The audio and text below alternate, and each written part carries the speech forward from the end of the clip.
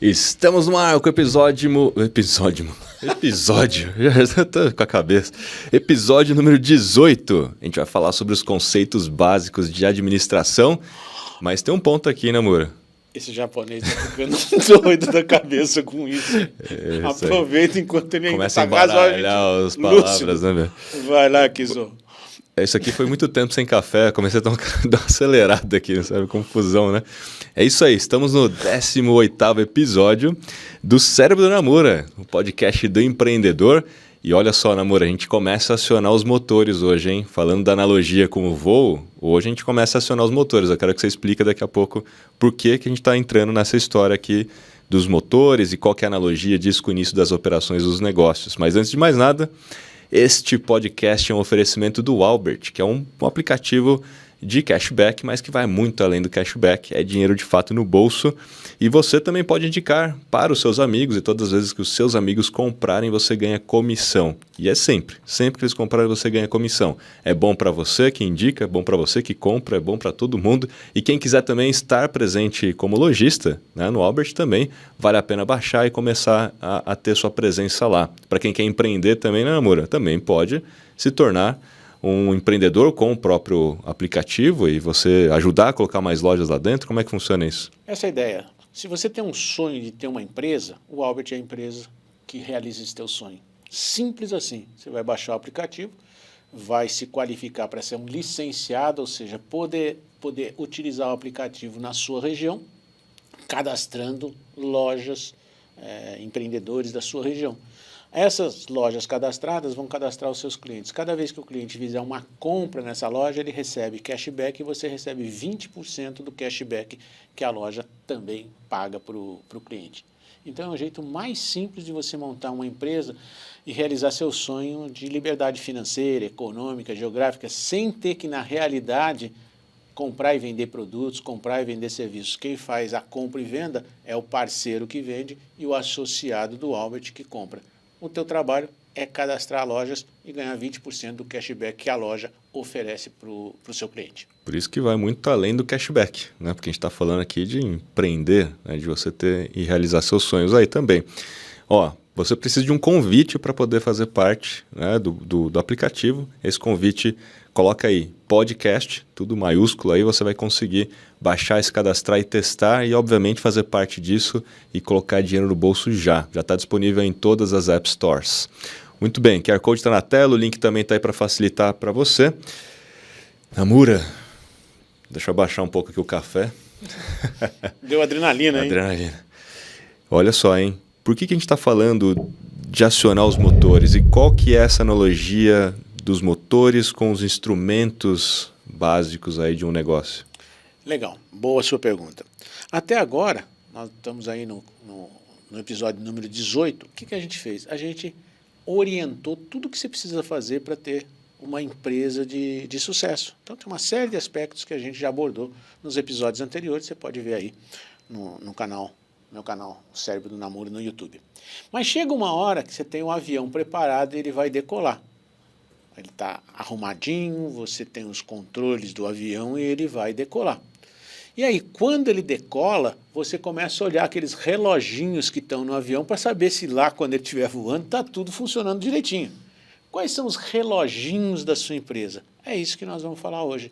Quais são os índices que você acompanha, quais são os relatórios, não são muitos não, para fazer uma empresa tem 3 ou 4 muito simples que você precisa ter, uns que a lei exige e outros que são necessários para você conseguir ver os números, os dados da sua empresa e saber se está indo bem ou está indo mal. A gente tem no avião um altímetro para saber se eu estou voando mais alto ou mais baixo de uma avenida que tem no céu que a gente chama das rotas. Cada avião voa numa certa altitude determinada, senão eles se chocam. Se você está indo para Brasília, você voa nessa altitude. Já bati de novo. Se você está voltando de Brasília, você voa nessa altitude. Ok? Já estou aparecendo minha mão nessa tela aí, confunde as coisas. Mas vamos lá. Então, esses reloginhos que tem no avião, a gente também tem na empresa. E é sobre esses reloginhos que a gente vai falar hoje. Boa. Então vamos começar com o primeiro, que eu acho que é o principal, talvez, o mais básico, mas é o principal, que é o tal do DRE. Né? Podemos considerar ele de fato o instrumento mais utilizado hoje para essa operação do negócio? Ele é básico porque ele é muito simples, é muito fácil de entender por quem não é da área de contabilidade. É um relatório gerencial, é o demonstrativo de resultados do exercício, isso quer dizer DRE. E o DRE, então, ele serve para quê? Se você abrir na página, vamos ver aqui, 122 do Yes You Can, que é o livro que a gente está se baseando aqui, o DRL tem alguns itens maiores. Por exemplo, a receita bruta. A receita bruta é tudo que você entra na sua empresa pelas vendas que você fez. Logo depois da receita bruta, você vai deduzir o quê? Os impostos. Então, você tem, sei lá, 150 mil de receita bruta e tem 10 mil de impostos, isso vai dar para você a receita líquida. Ou seja, a receita líquida é a bruta menos os impostos. Depois disso, você vai descontar o custo para fazer o seu produto. Se usou madeira, se você for uma marcenaria, prego, todos esses custos para fazer o produto vão entrar ali nos custos variáveis. Quando você pega a receita líquida e tira os custos das vendas, das variáveis aí para construir o produto, você tem a margem bruta. Depois disso, da margem bruta, você vai deduzir as despesas variáveis, água, luz, telefone, e você vai chegar no que a gente chama de margem de contribuição. Ou seja, tirando os impostos, tirando o custo dessas mercadorias para fazer, tirando as despesas variáveis, é o que sobra para você. Com esse dinheiro que sobra, que a gente chama de margem de contribuição, é quanto aquele produto contribui para quê? Para pagar o restante das despesas de custos. Por exemplo, a mão de obra. Para fazer aquele produto, você teve uma mão de obra. Você teve despesas operacionais, transporte, marketing, vendas. Então, esta margem de contribuição, quando você tira a mão de obra e as despesas, você chega no que a gente chama de EBITDA ou EBITDA. Você fala do jeito que você quiser. Que é o resultado que você tem antes de taxas, impostos, depreciação e amortização. Eu sei que é um pouquinho duro, mas no livro está muito bem explicado e fácil de entender. Por que eu estou chegando no EBITDA? Porque o EBITDA me dá uma ideia do que a empresa, aquele produto, consegue gerar de resultado pelo produto ou serviço que ela oferece para o público. Depois disso, e esse número é muito importante, porque é ele que vai servir para avaliar quanto vale a sua empresa, que nós vamos tratar daqui a pouco. Eu cheguei no EBITDA. Então, para chegar no EBITDA, eu tirei os impostos, eu tirei o custo das mercadorias, eu tirei despesas variáveis, eu tirei mão de obra, eu tirei despesas operacionais. E cheguei no EBITDA. A partir daí, se eu tirar amortização, depreciação, em serviços a gente nunca fala muito disso, e tirar os tributos que incidem nessa margem de lucro, que são o imposto de renda e a contribuição social sobre o lucro, eu chego no resultado líquido, que pode ser positivo lucro ou negativo prejuízo. Então, esta tabelinha, que falando pode parecer um pouquinho complicada, mas olhando aqui no livro é só uma tabelinha muito simples, é a bússola do empreendedor. Porque no final vai dar um número, se for positivo, significa que a tua empresa dá lucro, se for negativo, significa que dá prejuízo. Então, para que serve o DRE? Para analisar se o modelo de negócio que você criou é rentável ou não. Aí a minha pergunta é assim para você, né? É o DRE inteiro e dentro do DRE talvez o EBITDA seria o indicador para entender se esse modelo de negócio está saudável? Porque assim, a gente tem os impostos, aí isso vai variar talvez de estado ou de país, inclusive, né? Perfeito. E por isso que talvez tem que tirar os impostos, né, para analisar o EBITDA, porque você está vendo de fato o modelo ali, né? Você está vendo que se aquilo pararia de pé, né, independente dos impostos, não é isso? Você foi preciso. O EBITDA, ou EBITDA, eu não sei como é que você quer falar, o EBITDA, ele te dá a ideia se a operação que você criou, o modelo do teu negócio, dá um resultado positivo. Se o EBITDA já der negativo, meu Deus do céu, você está perdido. Tem alguma coisa. Por exemplo, você gasta muito para fazer o produto e cobra pouco. Quando tem aquele negócio dos custos variáveis que você tira da receita, a receita é 150, o custo variável é 180, já deu negativo. Ou seja, você vai ter que melhorar o teu processo produtivo porque tem alguma coisa errada. Não, a receita de 150 para fazer aquilo custou 40. Ah, bom, sobrou 110. Aí o marketing consome 90. Você está gastando um absurdo em marketing para trazer aquela receita. Então eu vou mexer no marketing. Então o EBITDA é o resumo da qualidade do seu modelo de negócio. Guarda isso que é importante. Quando eu olho para um EBITDA muito pequeno, eu sei que o modelo de negócio não está legal. Quando eu olho um EBITDA típico da minha área, e tem EBITDA de 20%, 40%, 60%, tem EBITDA até de 80%, ok? Principalmente na área de serviços, cursos, por exemplo, você não paga certos impostos, porque é isento por você estar trabalhando com material didático. Material didático não vai pagar certos impostos. Isso joga o EBITDA lá para cima. Então eu tenho um negócio que tem uma altíssima margem de lucro, né? E eu posso trabalhar com essa margem de lucro. Outros negócios vão ter um EBITDA menor. E como é que eu sei se o meu EBITDA é bom ou ruim? Comparando com o EBITDA de outras empresas que atuam no mesmo setor que você atua.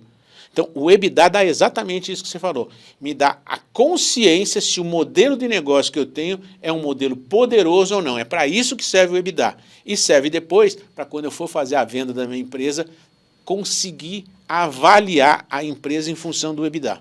A venda ou até mesmo na abertura de um potencial IPO, sei lá. Exato. Né? Que não deixa de ser uma venda, né? Não deixa de ser uma venda pública. Você não está vendendo tudo, mas você está vendendo uma parte. Você vai ceder uma parte da tua empresa para pessoas que querem ser seus sócios, porque estão vendo que aquilo pode crescer muito no futuro. Vamos falar daqui a pouquinho disso. Mas dentro dessa história do DRE, quando você fala assim das despesas operacionais, né, geralmente as pessoas não entendem o que pode ser de fato essa despesa. O que eu quero dizer com isso? Na minha experiência, né, de startup, MLabs e tudo mais, há muita discussão sobre o que é despesa operacional de fato, o tal do OPEX, e o que é de fato investimento. Você está colocando dinheiro para investir, que é o tal do CAPEX. Né? Porque às vezes a gente mistura as duas coisas e fala, cara, minha despesa é essa, mas é importante separar isso, né? Justamente para a gente ver se para em pé o modelo. Se você tirar o investimento, você consegue continuar rodando a operação, né? É muito simples fazer uma analogia. CAPEX quer dizer Capital Expenditure, é o que você gasta em termos de capital para montar o teu negócio. Né? OPEX é o que você gasta para operacionalizar aquele negócio. Operational Expenditure. É mais ou menos a seguinte coisa. Você compra um carro, aquilo é CAPEX. O dinheiro que você gastou para comprar o carro. Agora você coloca gasolina, lavagem, todas as coisas que você precisa para fazer o carro andar. Isso é OPEX. Então, o OPEX é o CAPEX é o que você gasta para ter o bem. O OPEX é o que você gasta para utilizar o bem. São dois conceitos totalmente diferentes. O que acontece é que muita gente pega o CAPEX e financia e coloca isso como se fosse o OPEX. Como se fosse uma despesa operacional. Como se fosse uma despesa operacional. Em alguns casos até dá certo. Por exemplo, se você for fazer um leasing, na realidade o bem não é seu, você não gastou, o bem é do banco. Ele alugou por longo prazo para você, então aquilo realmente você transformou o CAPEX em OPEX nesse tipo de operação. Quem te explica isso com detalhes, se você quiser saber, mas não precisa para quem quer gerenciar, é um bom contador. Mas CAPEX é uma coisa, OPEX é outra, como eu expliquei. Transformar um CAPEX em OPEX depende de operações contábeis, financeiras que você pode fazer. Porque no caso, né, do exemplo do carro ficou muito claro, mas e no caso de gente? Né? Porque às vezes eu tenho X pessoas que estão trabalhando em um projeto futuro, que ainda não faz parte da minha operação do modelo atual e ou seja, também não gera lucro, nada disso. Né? É um investimento puro, é um ativo que eu tenho, mas que é um investimento puro futuro. E muitas vezes nas discussões que a gente tem que tirar isso das despesas operacionais para não sujar, vamos dizer assim, o resultado final. Né? Então, esse tipo de coisa é uma discussão muito de contabilista. Se você colocar isso no teu OPEX, provavelmente você vai ter um EBITDA diferente se você segregar isso como se fosse CAPEX. A legislação vai dizer o que você pode e o que você não pode fazer. Eu não sou contabilista, não vou entrar nessa seara profundamente. Mas isso é trabalho para contador dizer, isso aqui o fisco vai considerar como investimento, isso aqui ele vai considerar como despesa operacional. Isso é uma discussão realmente para contabilistas fazer. Okay? Eu segregaria isso como se fosse um projeto à parte da minha operação, normal. Esse projeto, a parte da operação, eu vou colocar um X de dinheiro para angariar recursos para desenhar esse projeto. Esses recursos podem ser os 4 M's, Man, Material, Machine e Money.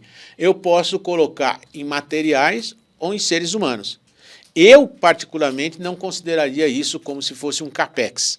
É o OPEX dessa operação, porque não saiu nenhum produto ainda.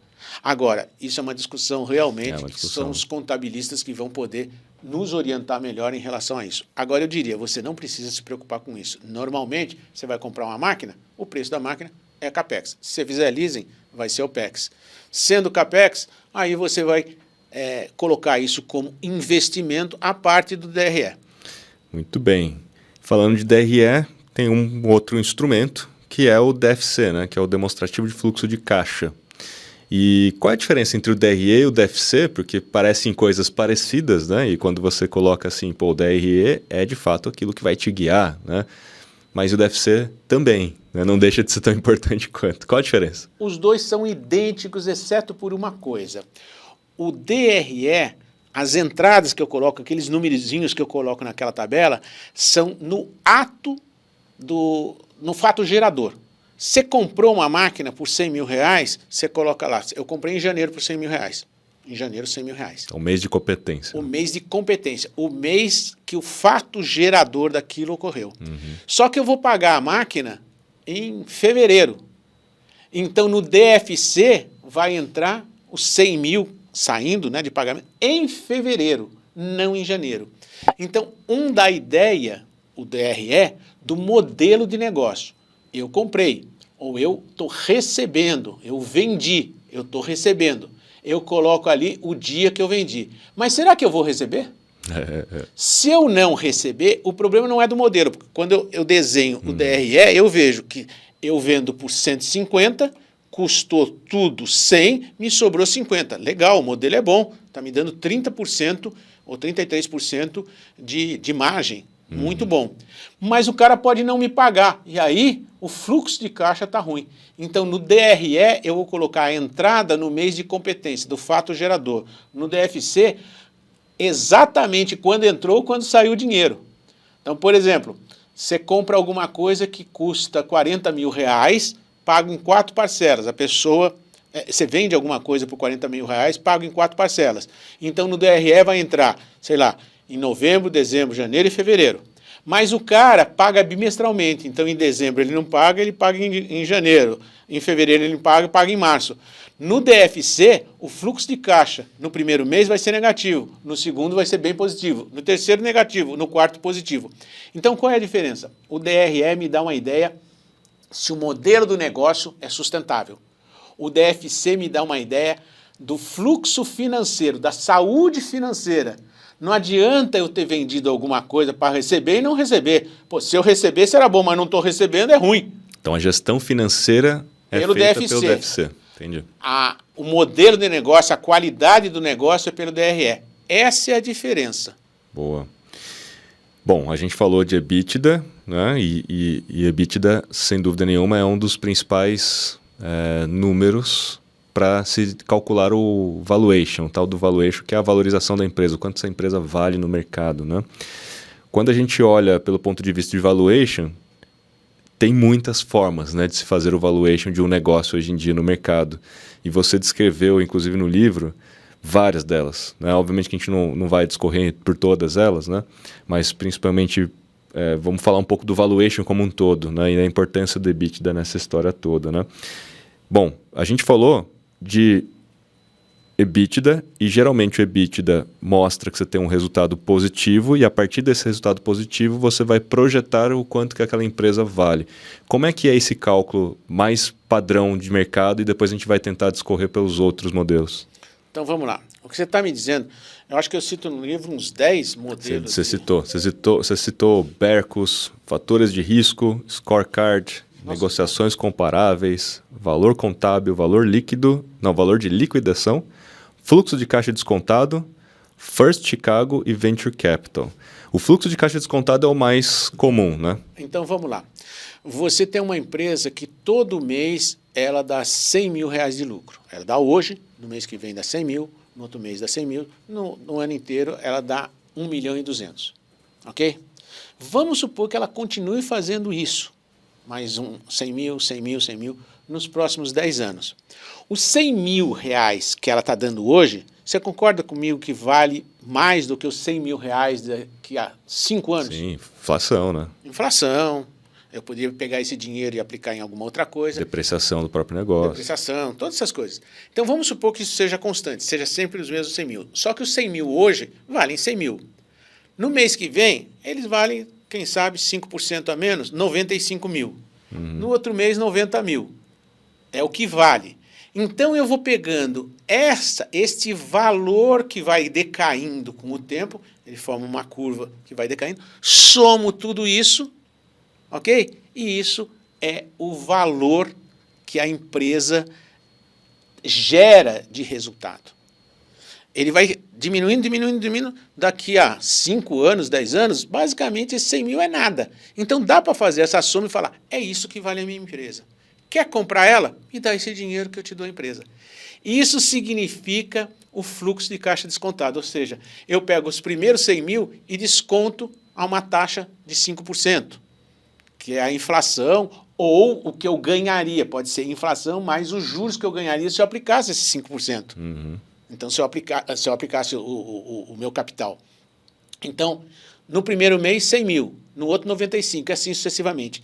Tem uma fórmula matemática que você não precisa ir fazendo tudo isso. É o tal do fluxo de caixa descontado. A gente pega os valores dessa pastela e desconta uma certa taxa e traz para o valor presente. Se eu recebesse todo esse dinheiro que eu tenho para receber durante 10 anos com essa operação, hoje, quanto que eu receberia?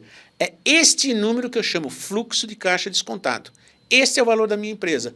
E eu vendo ele para você por esse valor. O que você está me dando? Tudo que eu iria ganhar em 10 anos, eu ganho hoje. Então, eu estou ganhando tempo.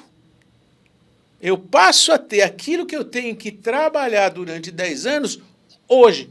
Aí alguém fala, mas por que o outro vai gastar esses 10 anos? Porque para ele aquela operação pode fazer sentido. Ele está dominando o mercado, ele está tirando os concorrentes. E cada um tem a sua estratégia. Cada um tem a sua estratégia. Ele, por exemplo, quer ter uma estratégia de não ter todo esse dinheiro aqui hoje. Ele quer expandir a participação dele no mercado. Cada um tem os seus motivos. Então, o mais comum de avaliar, para se avaliar uma empresa, é esse método do fluxo de caixa descontado. Mas ele não funciona para tudo. Ele funciona para um negócio que gere caixa todo mês de forma contínua, mais ou menos perene. Quando isso não acontece, ele não funciona. Você não consegue projetar tão facilmente. Eu vou dar um exemplo. Uma startup. Como é que você vai usar este modelo se a startup, o nome está dizendo, ela está começando, ela nem tem caixa, ela não está gerando ainda. Ela pode estar numa fase de ainda produzindo o seu produto para lançar no mercado. Quanto vale essa empresa? Tem gente que paga muito. Nós vamos usar uma outra metodologia que daqui a pouco eu cito. Inclusive, no resultado da RE é negativo, não? Não dá nem quase que para falar, né? Porque eu estou fazendo um investimento, eu nem lancei a empresa ainda, mas vai dar negativo. Aquilo que você falou, na curva do produto lá, o início é aquela parte negativa de investimento. Né? Não está entrando dinheiro. Não está entrando dinheiro, só está saindo, já está investindo um certo tempo para depois começar a vender e começar a fazer sentido todos esses outros indicadores que a gente usa. Então, o método de avaliação da empresa pelo fluxo de caixa descontado, eu vou pegar o EBITDA, que é este número normalmente, vou descontar a geração de caixa a uma certa taxa e vai falar isso que vale a minha empresa. E no caso de uma startup, né, que não está, como é que a gente faz esse valuation da startup? Excelente essa pergunta. Excelente essa pergunta. Teve um camarada chamado Berkus, acho que foi na Universidade de Stanford, que ele fez o seguinte modelo. Escuta, por que tem startups que dão certo e startups que dão errado? Ele analisou mais ou menos 2.000 startups e conseguiu extrair daquelas que davam certo os 10 fatores, não vou bater hoje nisso aqui, os 10 fatores presentes em todas essas startups que deram certo. São 10 fatores. Então, as startups que têm a maioria desses 10 fatores, tem tendência a dar certo, porque todas que deram certo tinham esses fatores em maior ou menor quantidade. Ele listou esses 10 fatores e agora ele chega para você que tem uma startup e pergunta, você tem um sócio que se dedica integralmente a um dos fatores? Tenho. O seu projeto é protegido, é patenteado? Sim. Ele vai fazendo essas perguntas e vai respondendo sim ou não. Quanto mais fatores você tiver, mais chances tem de dar certo. Pronto. Então ele chega num ponto e fala, essa startup tem 70% ou 80% de chance de dar certo. E ela trabalha num certo setor. Esse setor tem como EBITDA, ou EBITDA, padrão, 40%. É um exemplo. Então eu vou supor que, já que ela tem a mesma coisa, os mesmos fatores de sucesso dessas outras, das demais, ela vai ter sucesso e vai ter esse EBITDA. E aí eu valorizo a empresa por comparação com outras que já tiveram sucesso. Porque eu não sei qual é o caixa. E aí eu aposto. Essas empresas aqui estão sendo vendidas por o quê? Por um fator, um múltiplo de 9, 10, 20, 30 vezes o EBITDA. Qual é o EBITDA dessa empresa? É 1 milhão. Empresas parecidas com esse EBITDA que estão tendo sucesso são comercializadas por quê? 9 vezes esse valor. Então, vale 9 milhões. Então, essa daqui vale 9 milhões. Esse múltiplo tem a ver com esses fatores? O múltiplo depende de duas coisas, basicamente. O múltiplo que é aceito pelo mercado, porque é uma barganha. Você quer vender seu carro, você quer vender o mais caro possível. Eu quero comprar o mais barato possível. Eu vou ficar lá negociando com você. Eu quero pagar pouco por muito, você quer entregar muito por pouco. Você quer entregar 10% da sua empresa por um valor muito alto. Eu quero 80% da sua empresa por um valor muito baixo. É lei da oferta e da procura. Tá? Mas a gente tem os parâmetros. Quem está ligado no mercado fala, eu não vou pagar 30 vezes o EBITDA quando o mercado está, em média, comercializando por 6 vezes. Então, esses múltiplos são das negociações de mercado. Uma ação, quanto vale? A ação é um pedaço da empresa. Se multiplicar por tantas ações, dá o valor da empresa. Tem hora que está lá em cima. Mas a ação é sempre o futuro, né? É o futuro. O papel, o prêmio, o futuro. E a ação não é só pelos ativos da empresa, é pelo aquilo que ela gera, é pelos movimentos de mercado, é o buchicho que acontece, vai quebrar, não vai quebrar. Não está variando o tempo todo? Quanto que vale aquilo? Não sei, cara, é a especulação de mercado. É a mesma coisa aí. Então, eu uso o método Berkos para saber se aquilo que eu vou investir tem na sua essência os princípios que fizeram outras terem sucesso. Quem me deu esses princípios, essas regrinhas, esses parâmetros, foi esse tal de Berkos, na Universidade de Stanford, eu não devo estar errado nisso daí, analisando 2.000 empresas. Esse é o modelo. Aí eu pego e olho, essa empresa tem todas essas características? Tem. Poxa, então eu vou investir nela. Eu quero comprar. Eu quero comprar porque o cara está querendo vender. Por quanto eu compro? Pelos múltiplos padrão de mercado. Tem múltiplo de 4, tem múltiplo de 6, eu já vi múltiplo de 20, de 30 e até de 60 vezes, por algum motivo. Entendeu? Aí é realmente uma unanimidade. Né? Todo mundo falou, cara, isso aqui vale muito. Mas deixa eu só comentar uma coisa, né? O Twitter não foi... Quando quando o WhatsApp foi vendido por 16 bilhões, falaram que o Zuckerberg era maluco, né? Hoje ele fatura com o WhatsApp mais do que ele fatura com o Facebook, ponto.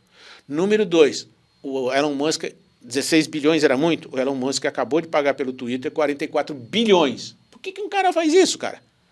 Você acha que ele levantou e falou, vou fazer um cheque de 44 bilhões e vou comprar? Tem conta aí atrás. É isso. E até falando de múltiplo, né, e tal, é uma das melhores formas de você avaliar, inclusive, um papel na bolsa, é você entendendo o múltiplo daquele setor. Então, você pega a Petrobras, né? Você pega a Petrobras, se não me falha a memória, estava com base, obviamente, no EBITDA dela, porque tem todos os dados, são públicos, né? Então, ela estava valendo 5 vezes ali, sendo que as empresas petrolíferas no mundo valem 20 vezes o seu. Então, assim, você fala, cara, tá muito barato. Compra esse papel, porque a probabilidade de subir os múltiplos, né? Porque sempre o papel é o valor futuro, em tese, né? Essa é a ideia do valor da empresa, mas sempre projetando o prêmio futuro. E o PL, que a gente vê muito, significa a seguinte coisa: o preço que eu pago em função do lucro que eu recebo. Se o PL for de 5, está dizendo a seguinte coisa: eu estou pagando um preço 5 vezes maior do que o lucro que ela gera em um ano. Então, em 5 anos, eu vou retornar o valor que eu paguei. Depois de 5 anos, eu passo a ter de fato o lucro, né? De fato, algum lucro Da que eu operação. imposto. Se o PL for de 14, então eu já tenho que imaginar, vai demorar 14 anos, se tudo se mantiver, tudo é cenário. Vai demorar 14 anos para eu recuperar através do lucro que eu investi. Agora, se o PL for de 40, eu não vou investir, porque eu não vou esperar 40 anos. 40 entendeu? anos mudou tudo, literalmente. É a mesma coisa esse múltiplo. Esse múltiplo é quantas vezes eu pago em relação ao lucro que ela gera. É o PL. O múltiplo é o PL. Só que a gente aí no mercado financeiro chama de PL, aqui a gente chama de múltiplo. Mas, enfim. Legal, hein? Esse papo tá um pouquinho técnico, mas acho que todo mundo entendeu e sacou as correlações que a gente fez, né? Com DRE, DFC, etc. Se você tiver alguma dúvida, eu acredito que você esclareça com tranquilidade lá na página 117, 116, todos esses conceitos aqui. Você começa na 112, né? Ou 110, e vai aí até 116, 117, e você tem essas explicações mais detalhadas. E a parte legal, né, que tem a ver com o estudo, é por que um empreendedor deveria se preocupar, por exemplo, com valuation e tal, talvez no começo ali do seu negócio, né? Na minha opinião, muito em função do tal stock option, porque você pode usar isso como instrumento para atrair talentos e reter talentos na empresa, dando uma pequena participação, né, que são as opções. E aí você tem que ter um valuation, né, para que as pessoas se sintam aí atraídas por aquilo. Então, às vezes você está começando o negócio e não consegue atrair talento porque você está começando o negócio. Mas se você conseguir fazer um valuation como startup, pode ser um instrumento, né, de atração. É um excelente instrumento de atração. Eu trato no livro sobre vesting, que é exatamente isso, cliff e vesting. Depois a gente fala sobre isso mais. Se você não tem dinheiro para pagar tudo que a pessoa merece, pague ela com opções. Fala, olha, estou te dando, se você atingir tais e tais resultados, você vai ganhar 1%, depois 2%, depois 3%, 4%, 5% desta empresa em ações, em opções, para adquirir essas cotas, essas ações da empresa. Hoje ela vale pouco, porque nós estamos começando. Mas a perspectiva de ganho dela, aí você faz suas contas, é bem alta. Então, hoje, você não está ganhando um salário que você mereceria em outros locais, mas você está ganhando alguma coisa que pode valer muito no futuro próximo se a gente se dedicar, porque você é sócio desse negócio que vai crescer. Então, é um jeito de atrair talento. E tem aquela história, né, do grafiteiro que fez uma parede lá no Facebook, na época o Facebook não tinha dinheiro, pagaram com opções e o cara ficou milionário depois. Enfim, histórias. Vamos para o nosso segundo bloco, firmeza sem arrogância, que agora a gente vai falar sobre retorno ROI, retorno sobre investimento. E tem muita gente que calcula isso de forma errada, né? Porque mistura tudo, ou melhor, talvez não considera todos os seus custos na hora de calcular o ROI. Acho que esse é o erro mais clássico, né?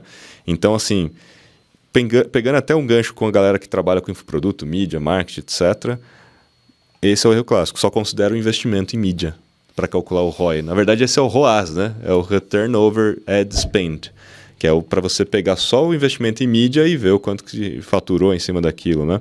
Mas o que é o tal do ROI, então, na prática? Como é que se calcula isso? Eu gostei muito que você definiu a diferença entre ROAS e ROI.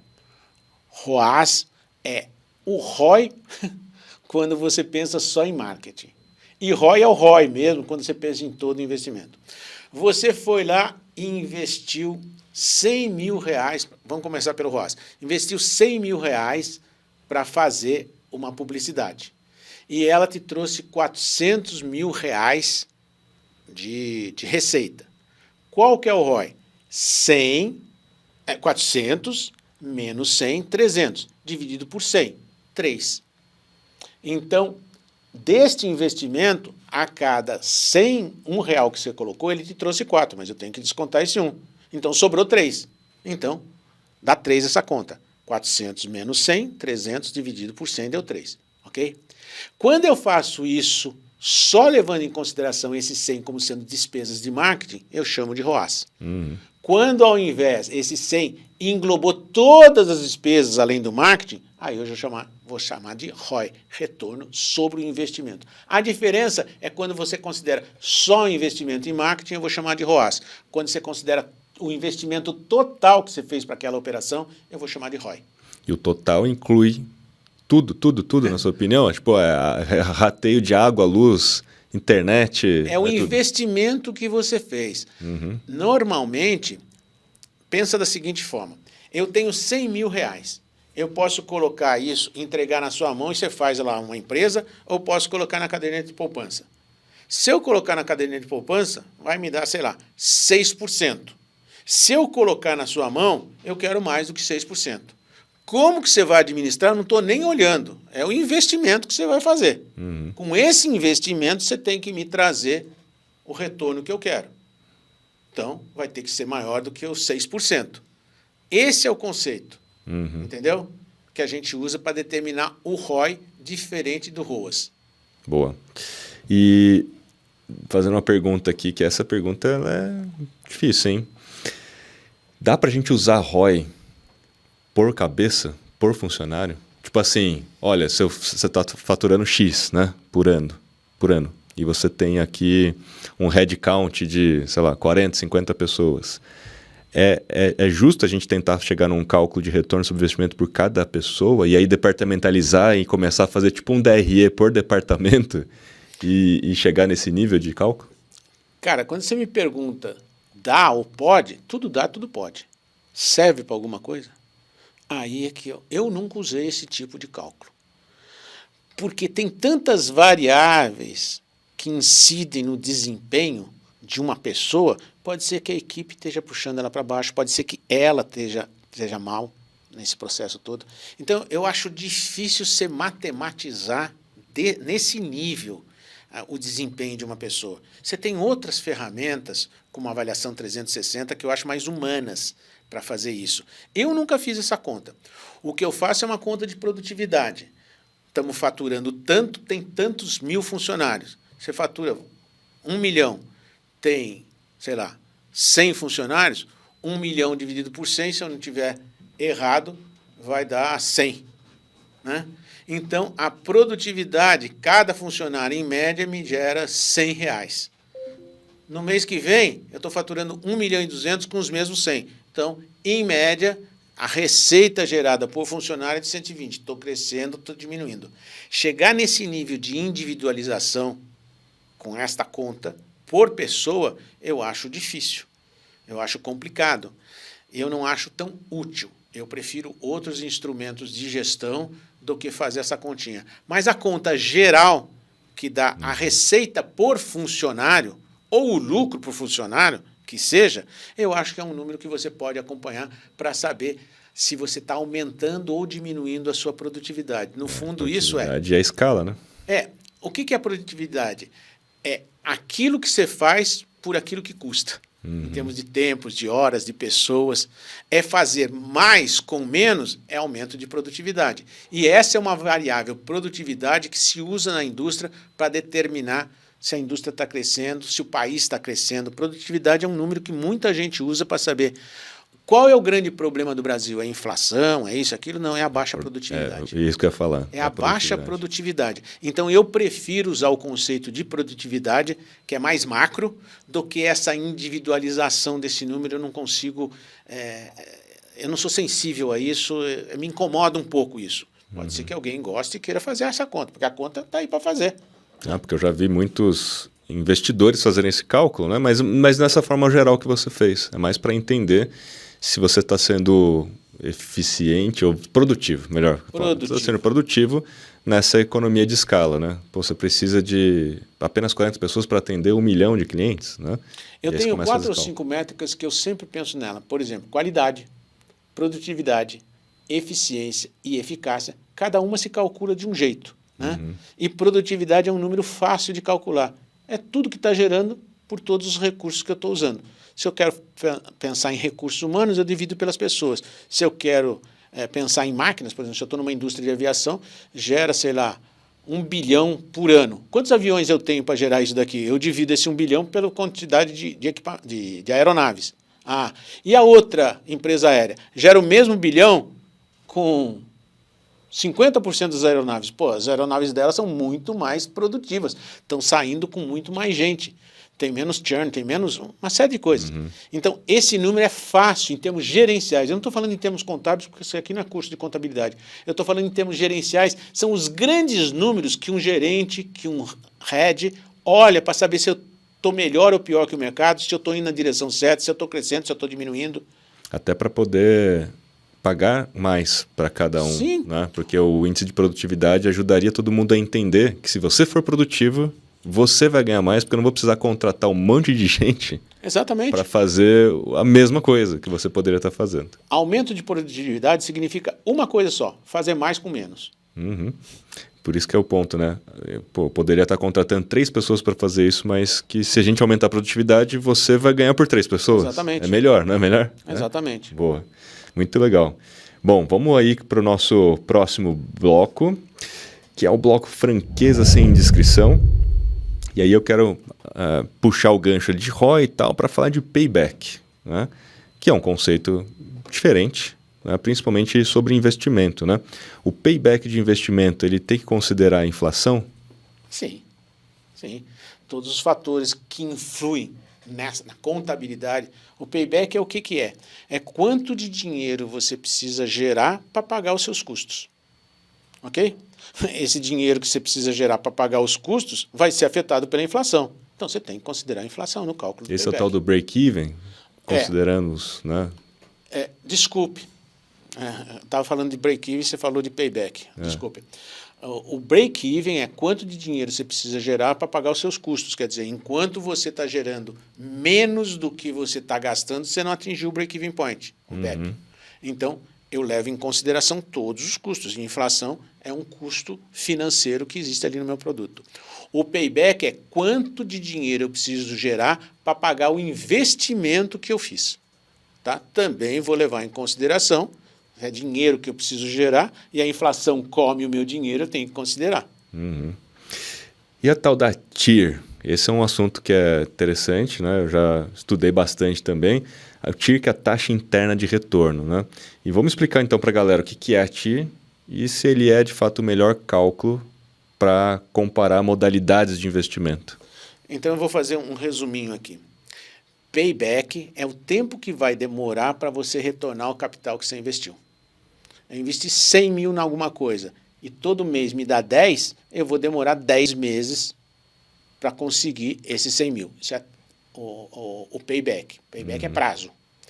Break-even point é o ponto, é quanto que eu preciso de dinheiro para pagar os meus custos.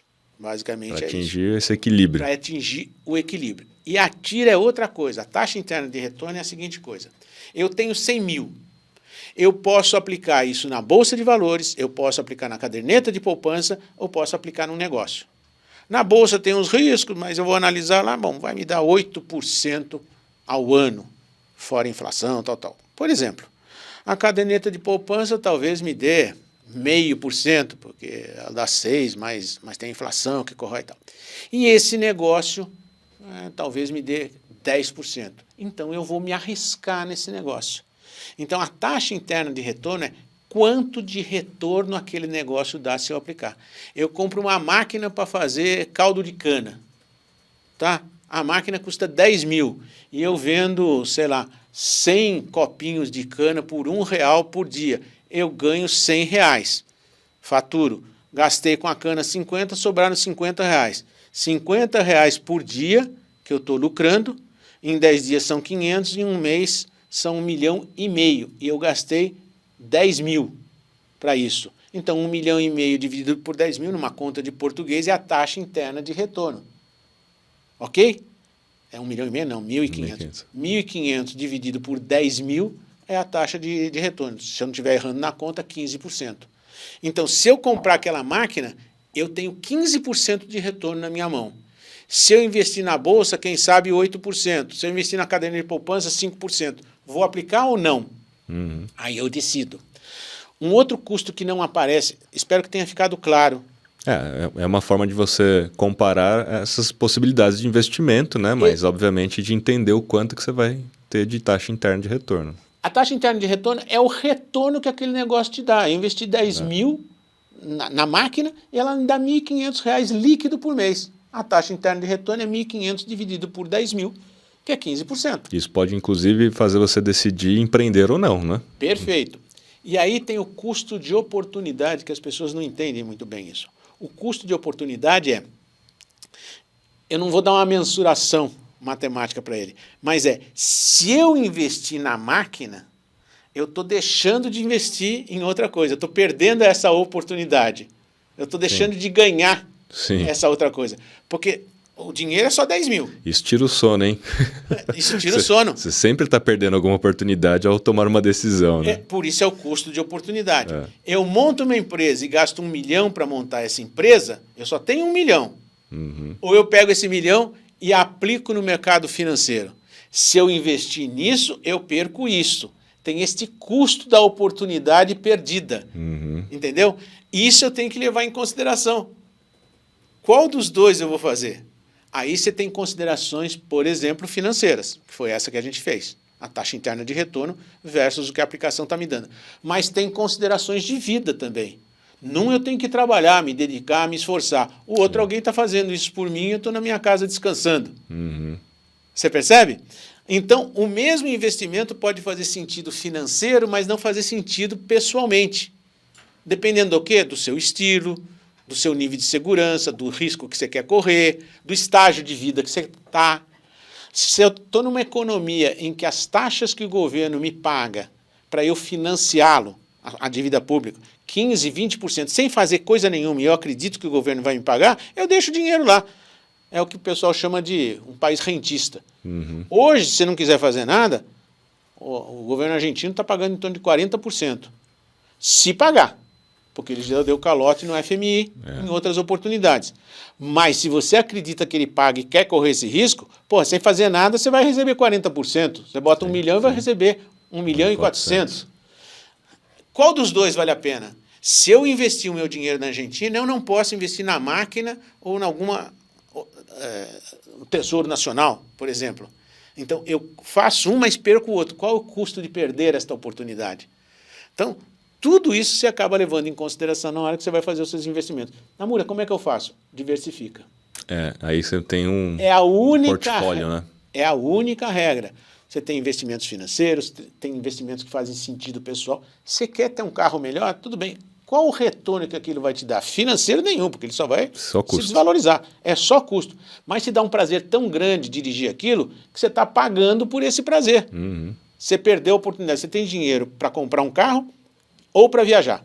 Qual dos dois você compra? Agora, no 13º, no final do ano. Se eu comprar um carro, eu não viajo. Se eu viajar, eu não compro o carro.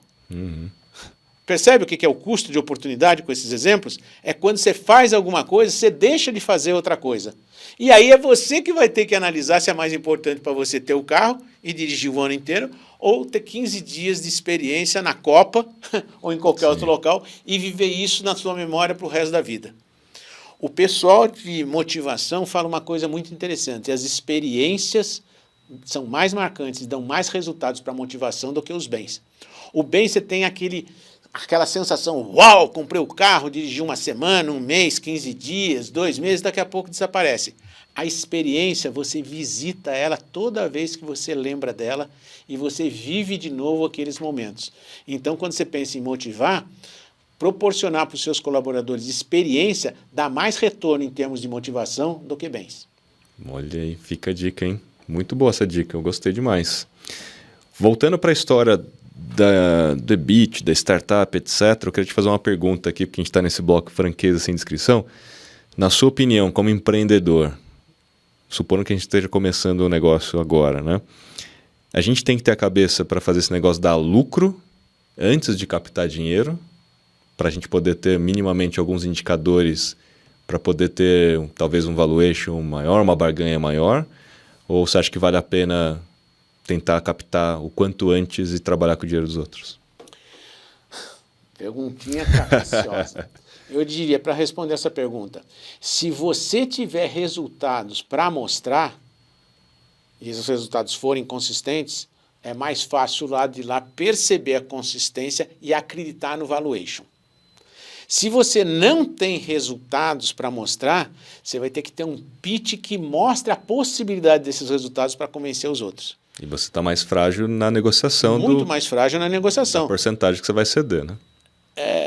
Depois que estourou a bolsa da internet lá pelos anos 2000, ficou muito difícil, mais difícil captar dinheiro nos Estados Unidos. Antes todo mundo via uma ideia, um PowerPoint, você chegava lá com o PowerPoint e mostrava, né, colocava alguns milhões na sua bolsa, porque era um frenesi, era um efeito manada, todo mundo imaginando um novo mundo na internet, e quem ouvia aquele buchicho, aquele buzz, queria participar daquilo e não sabia como entrar, porque a gente estava na economia velha, analógica, e tinha uma garotada falando coisas maravilhosas dessa nova economia. Todo mundo entrou, ninguém pensava em valuation, isso, aquilo. Era um negócio louco. Existe uma área de finanças chamada em finanças comportamentais, que determinam muito das ações de investimento das pessoas nas bolsas de valores, nos IPOs. É muito mais emocional do que racional, por incrível que pareça. Por isso a galera perde bastante dinheiro. E perde muito dinheiro por conta disso. Hoje está mais difícil captar, porque o mercado vai amadurecendo, eles veem que muitas das startups prometem e não conseguem entregar, porque quem não entendia falava, o cara faz um brinquedinho aqui, um aplicativo e olha, ganha dinheiro. E tinha algumas empresas explodindo no mercado, ganhando muito dinheiro. O cara, quero participar disso. Ele não racionalizava. Ele não tinha nem método. Talvez não conhecesse o método Berkos, entendeu? Para fazer avaliações. Então, tudo era muito no sentimento. Hoje é mais difícil captar. Então, como é que você facilita a captação? Apresentando resultados. Então, respondendo a tua questão, é preferível você apresentar resultados, porque resultados, quando se apresenta, significa que o seu modelo foi validado. Pelo mercado. Pelo mercado. Que é o melhor. Um modelo validado pelo mercado, você pode apresentar dados. E aí a conversa fica em alto nível profissional e você pode exigir o que você quer. Tem muito dinheiro no mundo, há muito dinheiro. O que não tem é local para aplicar todo esse dinheiro. Energia solar, energia eólica, startups de tudo quanto é jeito. Só que hoje os fundos de investimento que captam, é mais difícil alguém entrar direto investindo numa empresa. Esses são os investidores anjo, né? Ou patrocinador, coisas desse tipo, ou seu fundo de garantia, ou seus amigos. Existe isso. Aquele dinheiro de começo, o seed money lá, o angel money, o seed money. O anjo mesmo, né? O investimento anjo, o investimento semente que está começando. Existem fundos que não existem fundos que investem aí. E eles vão roubar, vamos dizer assim, roubar não é o termo, eles vão pedir eles vão pegar muita participação. Muita participação, 40% por pouco dinheiro. Se você andou um pouco mais, você vai entregar menos participação por mais dinheiro, porque está na série A, na série B, na série C, até chegar no IPO. E existem fundos especializados em seed money, série A, série B, série C. Cada um desses fundos tem uma crença. Uns querem apostar pouco dinheiro para quem sabe ganhar muito, ou então perder tudo. Outros já não, querem um negócio mais estruturado, que eles veem que o negócio existe, o modelo está validado, só precisa tracionar. E o que precisa para tracionar são duas coisas: dinheiro, que vai ser investido, e gestão, que esses criadores às vezes não entendem de gestão, eles não sabem como fazer a gestão. Por isso que o empreendedor faz muito peso na hora da avaliação. Perfeito. É o chamado smart money, é o dinheiro inteligente. O cara entra com dinheiro, mas ele entra com outros recursos. Por exemplo, network. Ele te apresenta para outras pessoas que você não teria acesso. Ele te apresenta para linhas de financiamento que você não teria acesso. Então, são fundos que trabalham na série A, outros na série B, outros só trabalham em IPO. Vai depender de aonde você está, mas, em linhas gerais, você precisa validar o seu modelo para atrair atenção. Você é uma noiva, companheiro. Então, você tem que estar bonita, entendeu? Para todo mundo disputar você como noiva, querer você. Espero que a analogia fique razoável, entendeu? Não, fica assim, até porque, né, eu acho que está tendo uma correção aí no mercado, né, pelo que a gente tem visto aí esse ano, inclusive. Muitos fundos, inclusive, tirando o investimento das startups ou pedindo para que as startups tirem um pouco o pé. Você pode perceber o tal do layoff, né? Muitas empresas de tecnologia dispensando funcionários, o Facebook mesmo, 11 mil funcionários, né? O Twitter, então, nem se fala, né? O Musk 50%. Chegou já cortando metade do negócio. E aí está todo mundo nessa história, né? Tentando, de alguma maneira, atingir o ponto de equilíbrio e não trabalhar tão alavancado como estava antes, né?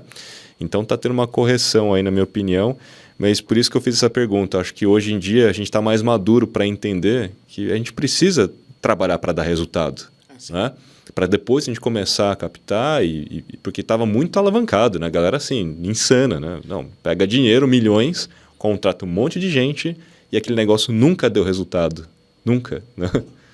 Existe aí, na visão do especulador ou do investidor, ele tem duas visões.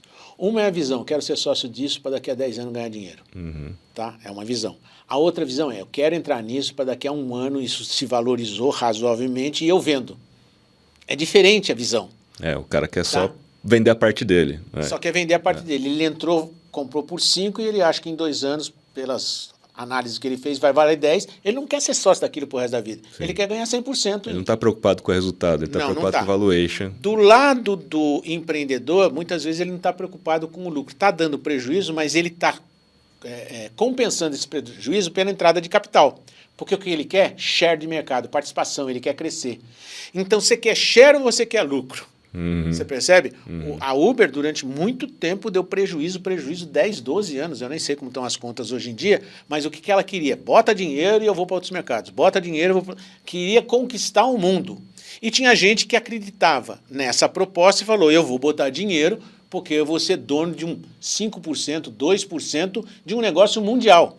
Então, são visões de negócio. Qual está certo e qual está errado? Não tem certo e tem errado. Tem coisas que dão certo, tem coisas que dão errado, dependendo da sua aposta. Sim. Você percebe? Então, eu diria que no final da história toda, a única coisa que sustenta a empresa é lucro. O lucro pode vir de um share grande? Pode. Eu tenho um lucro pequeno, mas um share muito grande, eu tenho um resultado soberbo.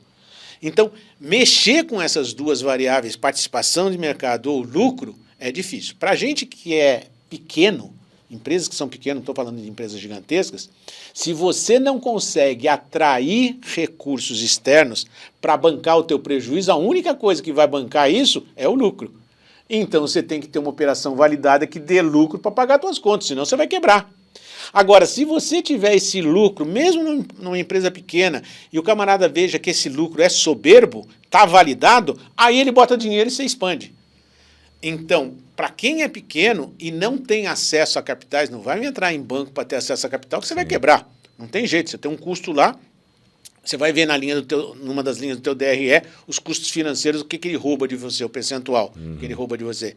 Então, tem um negócio pequeno, validado e que possa crescer com o resultado que você gere. À medida que você gera resultado, você chama a atenção de outros players, outros fundos de investimento. E aí eles podem, opa, isso aqui é bom, hein? Vou botar dinheiro porque agora eu só quero tracionar, ou seja, ganhar share de mercado. Por isso que eu acho que essa correção que está havendo não é só correção financeira, mas é uma correção dessa mentalidade de querer crescer muito rápido a curto prazo e assim, a todo custo, né? Eu acho que isso a gente está começando a ter um ajuste, e aí você colocou muito bem, você tem um negócio pequeno, continue pequeno, dê resultado primeiro, aí depois dá um próximo passo, a galera estava querendo dar saltos muito grandes, né? Criou essa mentalidade na internet que qualquer coisinha bonitinha que você faz vai explodir, você vai ser dono do mundo. Muita gente está quebrando a cara com isso, mas muita gente está quebrando. Se você não tiver esses conceitos de gestão que a gente tem, você pode até crescer bastante. Mas, de repente, quando algum fator que você não está controlando desaparece, e você não sabe por que cresceu, você quebra. Vamos supor que você dependa do Instagram. Totalmente. Nem me fala. Não, eu vou te dar um exemplo. E o Instagram muda da noite para o dia. Sabe o que acontece? Você quebra. Ah, Namura, mas você acha que pode acontecer? Pode. Sabe o que aconteceu? Nos criptoativos, muita gente foi minerar o Ethereum. E comprou uma pancada de equipamentos para minerar o Ethereum e cair. O Ethereum baseado num negócio chamado Proof of Work, POW. Ele agora, questão de 2, 3 meses atrás, ele mudou, não é mais Proof of Work. Proof of Stake. Proof of Stake, você empresta dinheiro para ele e ele usa esse dinheiro depois de um certo tempo. Sabe o que aconteceu com todo mundo que comprou essas máquinas? Está desesperado procurando outra moeda para minerar. Do dia para a noite, ele mudou uma regra e acabou com o negócio completamente. Se você entrou sabendo disso, bom, se der errado eu vou pivotar para outra coisa, vou usar equipamento para outra coisa, vou minerar outra moeda. Mas se você entrou sem saber disso, desculpa, companheiro, tinha um fator que você deveria ter controlado, que é a mudança da tecnologia, aliás, que vinha sendo anunciada, que você não controlou e quebrou a cara. Então, crescer muito rapidamente. Tem brasileiros que foram para a Finlândia ou outros locais, não é Finlândia, é um outro local frio, e colocou lá mais de, 10 mil máquinas minerando. Containers, né, minerando. Containers minerando. Acabou o negócio do dia para a noite ou da noite para o dia. Então, o mundo tem muitas oportunidades, mas tem riscos. Como é que você mitiga os riscos?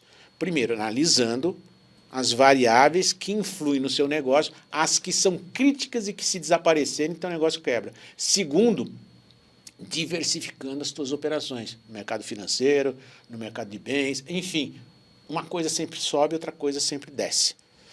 Bolsa caiu, em geral o dólar subiu. Dólar caiu, em geral a bolsa subiu. Eu quero ganhar só na bolsa. Você vai ganhar muito num certo tempo, vai perder muito no outro tempo. Quero ganhar só no dólar. Vai ganhar muito num certo tempo, perder muito. Então, coloca um pouco em bolsa, em dólar e outros ativos para que você não tenha todos os ovos na mesma cesta. Se a cesta cair, se todos os ovos estiverem nela, você vai quebrar a cara. Muito bem, senhoras e senhores. Esse foi o Cérebro do Namura, podcast do empreendedor. Encerramos mais um episódio número 18. Muito bem encerrado e tudo inspirado no livro. Mostra o livro aí. Yes, You Can, do Luiz Namura. Então, todos os episódios são inspirados nos capítulos desse livro. Se você quiser esse livro, faça um post, um stories com algum insight daquilo que o Namura falou. Marque ele, @Luiz Namura, e você vai receber de volta um link aí para você comprar com desconto. Tá aqui também na tela para te facilitar um pouco.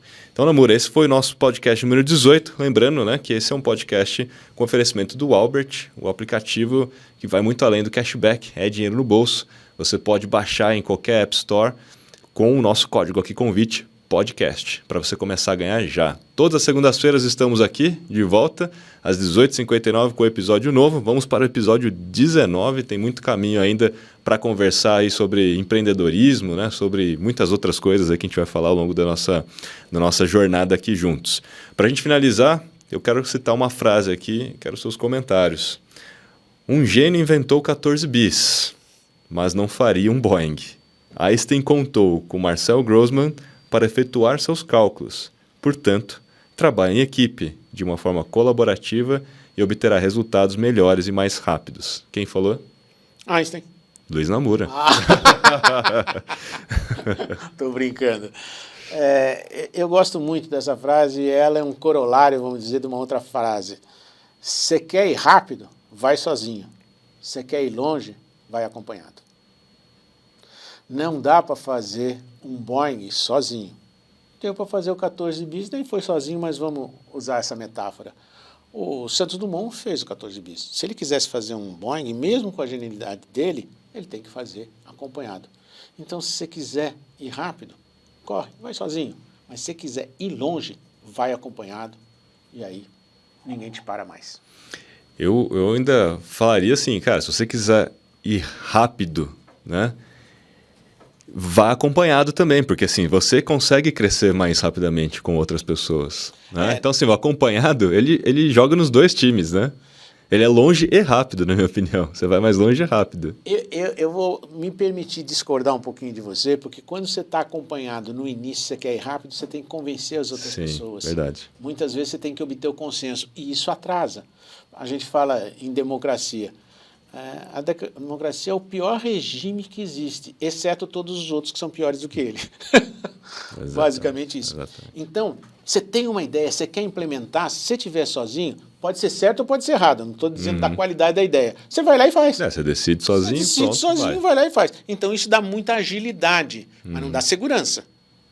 Agora, se você quer ter mais segurança, se você, tendo segurança você não quebra com tanta facilidade, porque você tem a opinião de outros, e aí você pode ir caminhando mais lentamente, mas de forma mais consistente, e, portanto, chegar mais longe, acompanhado você tem aconselhamento de alguém de vendas, de marketing, de contabilidade. Nós tratamos de contabilidade superficialmente aqui, uma contabilidade gerencial, não aquela exigida pelo governo, que é uma loucura. Sim. Se a gente fosse aprofundar, sozinho eu não consigo fazer aquilo, porque são 345 mil leis e dispositivos, só quem é da área. Então você vai ter que estar acompanhado por um contador.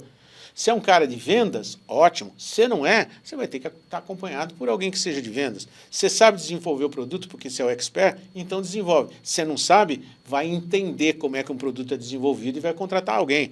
Nas nossas unidades de educação, a gente tem uma série de pedagogos. Alguns são fixos e outros são contratados externamente porque o cara conhece um assunto que estão pedindo no mercado que a gente não tem o mínimo domínio daquilo. Então, acompanhado, normalmente você vai de forma mais lenta e mais segura. Sozinho, você vai de forma mais rápida e mais insegura. Mas eu acho que você colocou um bom ponto, né? Que no começo da jornada, sozinho você vai mais rápido. Mas você pode perceber que nessa seu exemplo, né? Você precisa de mais pessoas em paralelo trabalhando. Perfeito. Se você tentasse fazer toda a contabilidade, toda a administração, você ia ficar mais lento sozinho. Impossível. Né? Impossível. Acho que é a analogia dos processadores, né? Você coloca mais processadores em paralelo, você consegue produzir mais rápido, mas acho que em um determinado momento da história toda do empreendedorismo ali, né? Da jornada. Vamos parar por aqui, senão a gente já cria um outro podcast aqui. Esse foi o episódio número 18. Valeu demais pela sua audiência, por estar aqui com a gente até agora. Valeu demais, Namura. Episódio 18 foi demais. Tamo juntos e até a próxima. Valeu!